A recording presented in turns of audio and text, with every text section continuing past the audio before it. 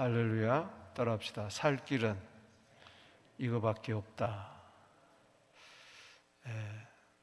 에레미야 애가처럼 오늘 아모스 5장은 이제 아모스의 애가라고 이제 부를 수가 있습니다.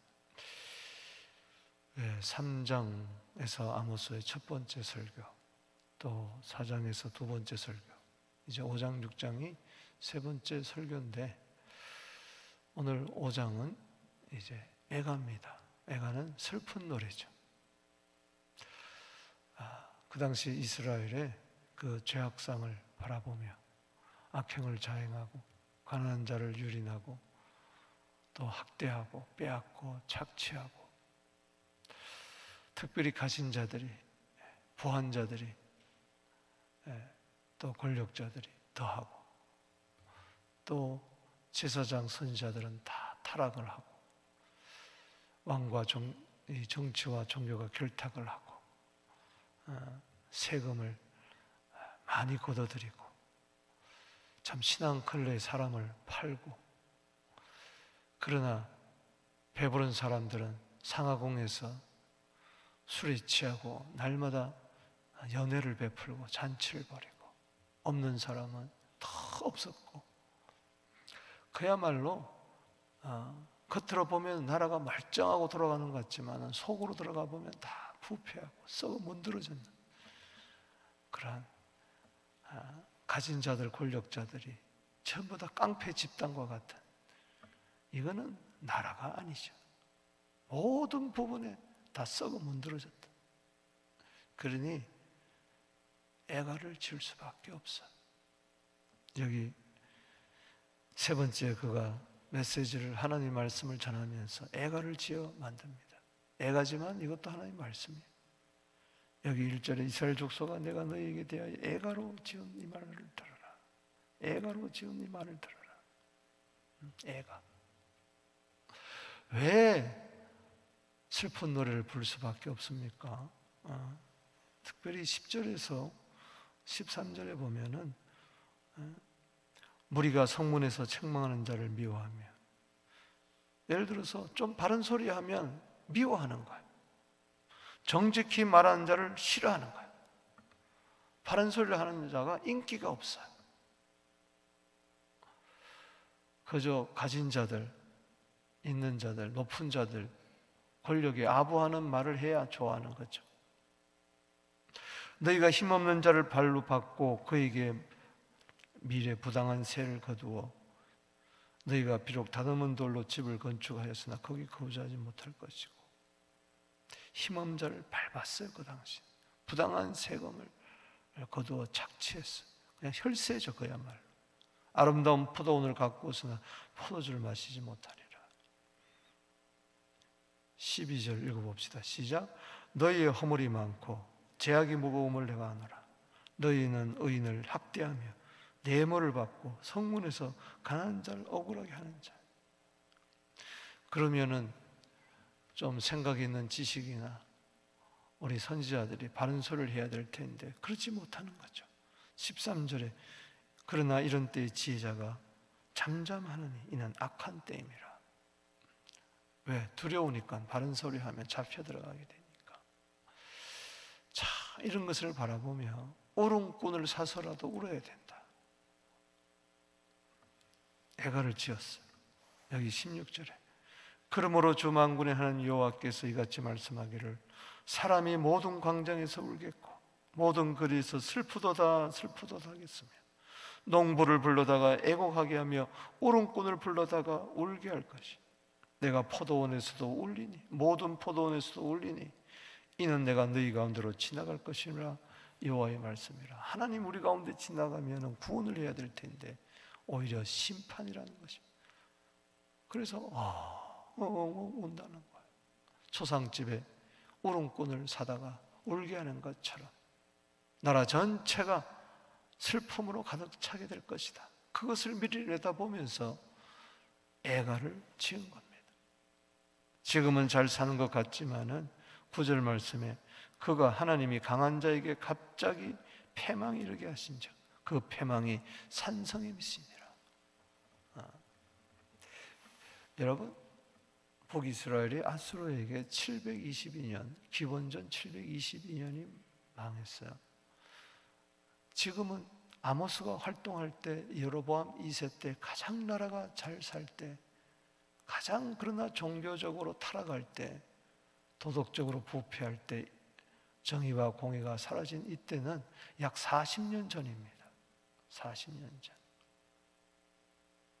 앞으로 40년 뒤를 내다보면서 아모스는 막 애가를 지어서 우는 것이죠.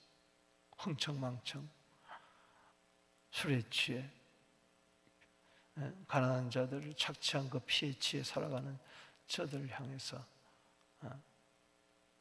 애가를 지어요. 근데 이 슬픈 노래 속에 들어가 보면은 그 이면에는 한마디로 말해서 죽지 말고 살라. 따라합시다. 죽지 말고 살라. 즉 심판받지 말고 구원받으라는 겁니다. 망하지 말고 죽게 돌아오라는 이야기죠. 그러면서 이 애가 속에서 살 길은 이거밖에 없다. 세 가지를 제시합니다. 1절에서 13절, 14절에서 17절, 18절에서 27절, 이 세 부분에서 살려면 세 가지를 기억하라. 오늘 이 새벽에 오늘 이 세상을 바라보며, 우리 주위를 바라보며, 또 나를 바라보며 죽지 말고 살아야 될 줄로 믿습니다. 살 길은 뭐냐? 살 길은 뭐냐? 첫 번째는 하나님을 찾아라. 따라합시다. 하나님을 찾아라. 그 당시는 전부 다 하나님을 버린 때였어요. 하나님을 버리는 순간 죄가 오고 사망이 오고 멸망이 오고 슬픔이 오는 거죠. 그래서 1절에서 13절까지는 하나님을 찾아라. 자, 요절을 보겠습니다. 4절 시작. 여호와께서 이스라엘 족속에 이와 같이 말씀하시기를 너희는 나를 찾으라. 그리하면 살리라. 누가 말씀하세요? 하나님이 말씀하는 거예요. 이 애가 속에 진정 담겨있는 속뜻은 뭐냐? 여호와를 찾아라. 그리하면 살리라. 너희들이 지금 무엇을 찾고 있느냐? 무엇을 구하고 있느냐? 무엇을 바라고 있느냐? 발걸음이 어디로 향하고 있느냐? 도대체 무슨 생각을 하고 있느냐?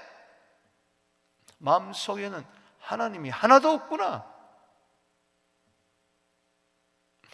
그 당시 저들은 5절에 보면 베델을 찾았어요. 베델 찾지 말라.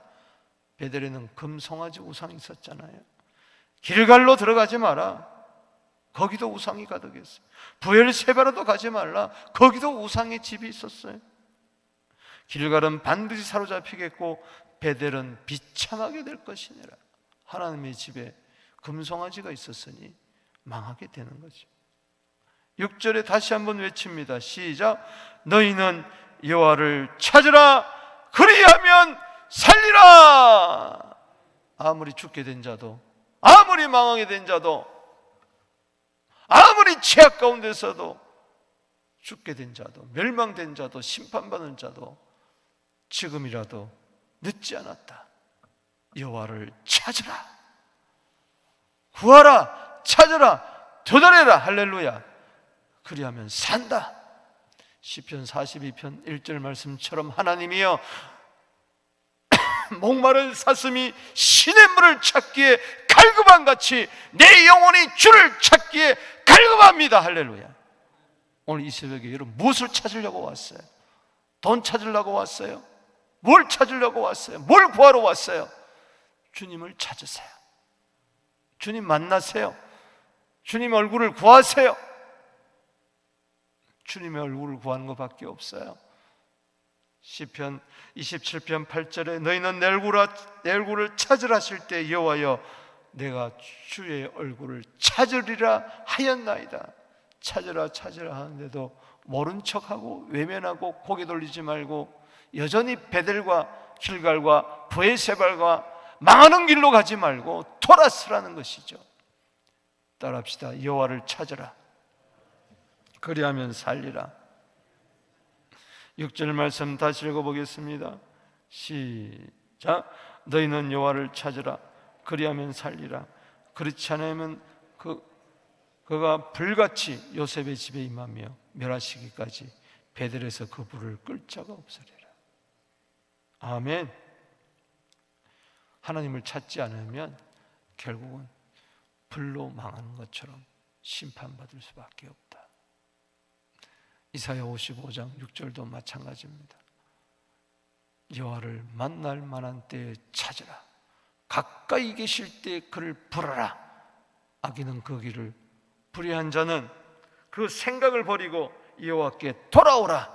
그러면 그가 긍휼히 여기시리라. 우리 하나님께 돌아오라. 그가 널리 용서하시리라. 오늘 새벽에 목마른 사슴이 신의 물을 찾기에 갈급한같이 하나님을 찾게 되기를 바랍니다. 예수님을 찾게 되기를 바랍니다. 성령님을 찾게 되기를 바랍니다. 주님 어디 계십니까? 주님 어디 계십니까? 주의 얼굴을 만나 뵙고 주의 영광을 보게 되는 우리 모두 되기를 축복합니다. 두 번째는 선을 구하고 선을 사랑하라는 겁니다. 따라합시다. 선을 구하고 선을 사랑하라. 살려면요, 선을 구하고 악을 구하지 말고 악을 미워하고 선을 사랑해야 돼. 그것이 14절에서 17절 내용입니다. 자, 두 번째 단락을 보겠습니다. 살려면 어떻게 되느냐? 14절 시작. 너희는 살려면 하나님을 찾고 실제적으로 삶 속에서는 뭘 찾아야 돼요? 선을 구해라. 악을 구하지 말라. 따라합시다. 너희가 살려면 선을 구하고 악을 구하지 말라. 만군의 하나님 여호와께서 너희 말과 같이 너희와 함께 하시리라. 말로는 하나님 우리와 함께 하신다. 그런데 하나님이 함께 하지 않아요. 하나님과 함께 살지도 않아요. 왜 그러느냐? 저들은 악을 구하고 선을 구하지 않았기 때문에 그런 거예요. 그러나 이제라도 선을 구하고 악을 구하면 말대로 될 줄로 믿습니다. 선포한 대로 될 줄로 믿습니다. 말하고 삶이 일치되어야 될 줄로 믿습니다. 15절에도 똑같이 반복합니다. 시작. 너희는 악을 미워하고 선을 사랑하며 성문에서 정의를 세울지어다. 만군의 하나님 여호와께서 혹시 요셉의 남은 자를 불쌍히 여기리라. 요셉의 집이 불타버릴 수밖에 없는데 하나님은 요셉의 집을, 이스라엘 자손들을 불쌍히 여기겠다. 할렐루야. 아멘이십니까? 선을 구하고 선을 사랑하세요. 하나님의 백성들이 악을 구하고 악을 상한다면 안 되죠. 시편 97편 10절에 여호와를 사랑하는 너희들아 악을 미워하라. 하나님 사랑이 선을 사랑하는 것이고, 잠언 11장 27절입니다. 선을 간절히 구하는 자들은 은총을 얻으니와 악을 더듬어 찾는 자들은 악이 말이라. 로마서 2장 7절에 참고 선을 행하여 영광과 존귀와 썩지 않을 구하는 자에게는 영생으로 하시고 악을 행하는 각 사람 영에는 환난과 공고가 있으리라. 죄의 삭선, 악의 결과는 고통이요 사망밖에 없습니다. 선을 행한 자는 영생의 부활, 악을 행한 자는 심판의 부활. 요한복음 5장 29절입니다. 하나님을 찾는 자만이 선을 행할 수가 있어요. 할렐루야. 하나님도 없이 어떻게 선을 행하겠어요? 겉으로는 선 같지만은 속으로는 전부 다 악이, 자기 중심적이고 자기밖에 모르고 자기를 위한 것이고 거칠고 드러내기 위해서 선을 행하는 것이고 구제하고 자기 이름 드러내려고 나팔 부는 것이지 길거리에서. 하나님을 찾는 선이 있을지어다. 세 번째 단락 18절에서 27절은 살 길은 이거밖에 없는데 정의를 하수같이 공의를 강물같이 흐르게 하라. 아멘이십니까? 5장 24절은 아모스 전체의 요절입니다. 우리 줄을 치고 읽어보겠습니다. 시작. 오직 정의를 물같이 공의를 마르지 않는 강같이 흐르게 할지어다. 3번 외칩니다. 시작. 정의를 물같이 강의를 마르지 않는 강같이 흐르게 할지어다. 오직 정의를 물같이 공의를 마르지 않는 강같이 흐르게 할지어다. 오직 정의를 물같이 공의를 마르지 않는 강같이 흐르게 할지어다.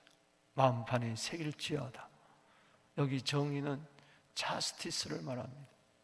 공의는 공법, righteousness를 말합니다.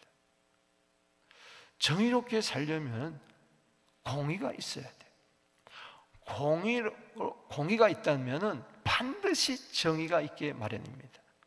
공의가 없는 정의는 쓸데없는 인간의 의밖에, 도덕적인 의밖에 되지 않습니다. 그리고 정의가 없는 공의는 한갓 종교에 지나칠 뿐인 것입니다.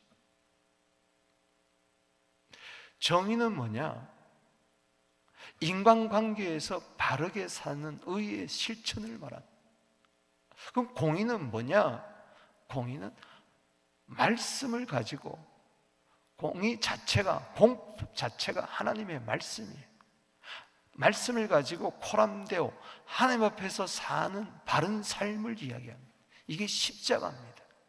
이 공의와 정의의 십자가에서 나오는 것이 바로 뭐냐?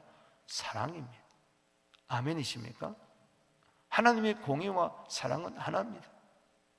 그래서 우리가 공의롭게 살지 못하기 때문에, 우리가 정의롭게 살지 못하기 때문에, 이게 공의와 정의가 하나님의 의인데,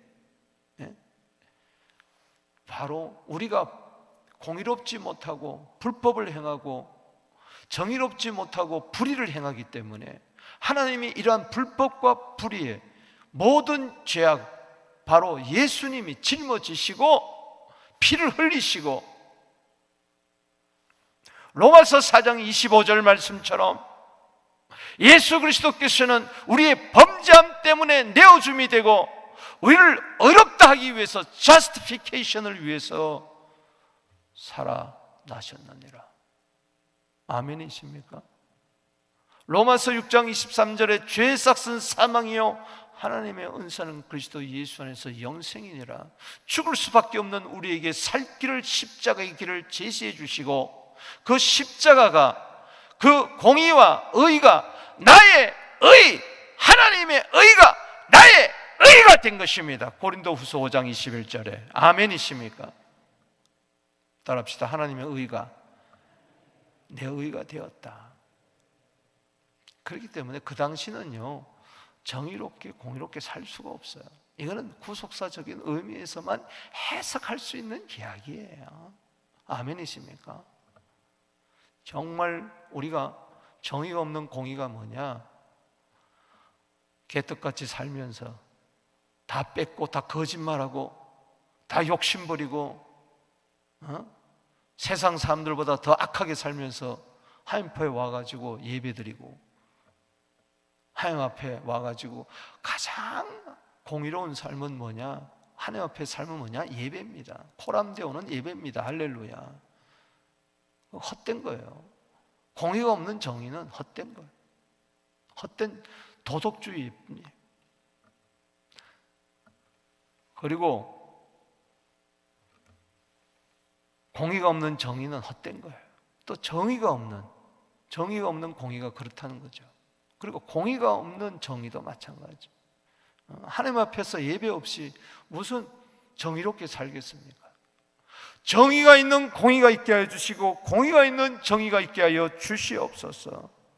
즉 정의, 다시 말하지만은 서로 간에 사람 관계 속에서, 인간관계 속에서 올바르게 살으라는 겁니다. 할렐루야. 그러기 위해서는 공의를 말씀 중심으로 하나님 앞에서 늘 예배하는 삶을, 하나님 앞에서 사는 삶을 하나님 눈을 의식하라는 거예요. 할렐루야. 아멘. 크게 아멘 합시다. 아멘. 이 justice와 righteousness가 하나가 되는 것이 십자가요. 그게 하나님의 사랑. 죽을 수밖에 없는, 불법과 불의로 말미암아 죽을 수밖에 없는 우리를 하나님의 의로, 공의와 정의로 살려주셨으니 이거야말로 하나님의 사랑이 아닙니까? 우리는 의를 얻었어요. 할렐루야. 의롭게 되었어요. 할렐루야. 이것은 예수 안에서만이 이루어지는 일입니다. 24절 다시 읽어봅시다. 시작. 오직 정의를 물같이 공의를 마르지 않는 강같이 흐르게 할지어다.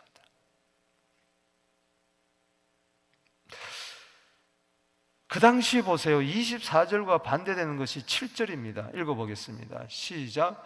정의를 쓴 수구로 바꾸며 공의를 땅에 던지는 자들아. 그 정의도 없고 공의도 없는 거예요. 겉으로 보면 정의가 있는 것 같은데 쓴 쑥같이 버렸어요. 정의가 있다면 세상이 그렇게 괴로울 수가 없는 거죠. 공의를 땅에 던졌어요. 하나님께 예배드리고 제사를 드리고 하지만은 마당만 밟은 거예요. 하나님 중심, 말씀 중심으로 예배드린 게 아니에요. 자기 중심, 욕심 중심. 그러니까 우상을 드리는 거죠. 이 정의를 물같이 공의를 마르지 않는 강같이 흐르게 하라 하면서 저들의 세 가지 죄를 지적하려 합니다. 먼저는 여호와의 날을 구원의 날로 착각하는 자들. 보세요. 여기 18절에 화 있을진저 여호와의 날을 사모하는 자여 너희가 어찌하여 여호와의 날을 사모하느냐. 보통 여호와의 날은 구원의 날입니다. 그런데 저들은 정의와 공의를 던져버리면서 하나님 우리를 구원하실 거야. 나는 구원받았어. 아니야. 그날은 구원의 날이 아니라 심판의 날이다. 어둠이요 빛이 아니다. 19절에 피할 수 없는 심판의 날, 여호와의 날을 기다리라는 것이죠. 19절 읽어봅시다. 시작. 사람이 사자를 피하다가 곰을 만나거나 혹은 집에 들어가서 손을 벽에 대었다가 뱀의 물림과 같도다. 이건 피할 수 없는 하나님의 날, 심판의 날. 착각하지 말라. 여호와의 날이 너희에게는 정의를 쑥같이 공의를 땅에 던져버리는 너희들은 여호와의 날이 심판의 날이다. 사자가 물어줄 걸 하니까 막 피하다가 겨우 피했어. 휴 살았다는데 뒤에 보니까 곰이 하고 팔리는 거예요. 또 막 도망을 가는 거예요. 이제 겨우 집에 들어와가지고 휴 살았다고 벽에 턱 대고 하는데 독사가 나타나서 확 물어버려. 정의와 공의를 버리고 여호와의 날을 구원의 날이라고 사모하며 착각하지 말라. 20절에 여호와의 날은 빛없는 어둠이 아니며 빛남 없는 캄캄이 아니냐. 빛이 아니라 어둠이라는 것이죠. 주님, 여호와의 날이 나에게 빛이 될지언정 어둠의 날이 되지 않게 하여 주시옵소서. 우리 가정에, 우리 교회에 여호와의 날이 구원의 빛이 될지어다. 그러기 위해서 정의롭게, 공의롭게. 또 보세요. 두 번째는 헛된 제사를 드리는 거예요. 정의와 공의가 없는 여호와의 날은 심판인 것처럼 정의와 공의가 없는 제사는요, 예배는요, 다 심판밖에 안 된다. 그래서 21절에 내가 너희 절기를 미워하며 멸시하며 너희 성회를 기뻐하지 아니하나니 너희가 내게 번제나 소제를 드릴지로 내가 받지 않을 것이요 너희 살찐 희생의 화목제도 내가 돌아보지 않아. 각종 강양에 5대 제사가 있다 할지라도 하나님은 안 받겠다. 네 노랫소리, 찬송이 아니라 그건 하나의 노랫소리밖에 되지 않는다. 그치라. 네 비파소리도 내게 듣지 아니하리라. 그건 단지 비파소리지 그는 찬양이 아니다. 그쳐라, 그쳐라. 정의와 종교가 공의가 빠진 예배는 헛된 종교적인 행위밖에 되지 않는다는 겁니다. 오직 정의를 물같이 공의를 마르는 강가처럼 하는. 또 뭐냐? 정의와 공의가 빠진 그런 결과가 뭐냐? 결국은 우상을 섬기는 거죠. 정의와 공의가 빠진 우상 섬기는 심판이다. 그래서 25절 이스라엘 족속아 너희가 40년 동안 광야에서 희생과 소재물 내게 드렸느냐? 아니라는 거죠. 너희가 왕구상과 식구와 기운과 너희 우상들과 너희를 위하여 만든 신들의 별 형상을 가지고 가. 그 광야 생활 동안에도 금송아지 섬기고 이래저래 우상을 많이 섬겼다는 것이죠. 모압, 암몬 등등. 내가 너희를 다메섹 밖으로 사로잡혀 가기라. 그 이름이 만군의 여호와 하나님이라 불리는 여호와께서 말씀하셨느니라. 이 우상을 섬기는 것은 역사와 전통을 자랑하고 있는 거예요. 아니 우상의 쓴뿌리가 이 깊은 이스라엘 영성 속에 박혀 있다는 거예요. 오늘 그리스도라고 치가는 하나님의 자녀, 하나님의 백성이라고 하는 자들이 하나님보다 더 사랑하는 우상이 박혀 있다는 거예요.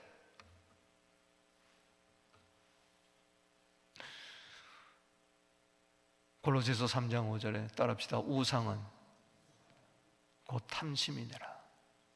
우상 숭배는 곧 탐심이라. 이 탐심의 뿌리를 끌어내게 되기를 바랍니다. 정의와 공의가 사라지니까 탐심밖에 남는 게 없다. 욕심밖에. 그래서 욕심이 잉태한 즉 죄를 낳고 죄가 장성한 즉 사망을 낳는 것이죠. 따라합시다. 정의와 공의를 물같이 강물같이 흐르게 할지어다. 말씀을 맺습니다. 따라합시다. 죽지 않고 살려면 오늘 살 길은 이거밖에 없습니다. 하나님을 찾고 선을 구하고 선을 사랑하고, 세 번째는 정의를 물같이 공의를 강물같이 흐르게 하는 겁니다. 그러면은 시편 30편 11절 말씀처럼 애가가 기쁜 노래로 바뀌게 될 것입니다. 슬픔이 변하여 기쁨이 되고 춤이 되고, 하나님께서는 죽음의 옷, 슬픔의 옷, 베옷을 벗기시고 희락의 기름을 부어주시고 찬송의 옷을 입혀주실 줄로 믿습니다. 예수 이름으로 하나님을 찾으십시오. 예수 이름으로 선을 구하십시오. 예수 이름으로 정의와 공의를 이 땅에 세우게 되기를 주 이름으로 축복하는 것입니다.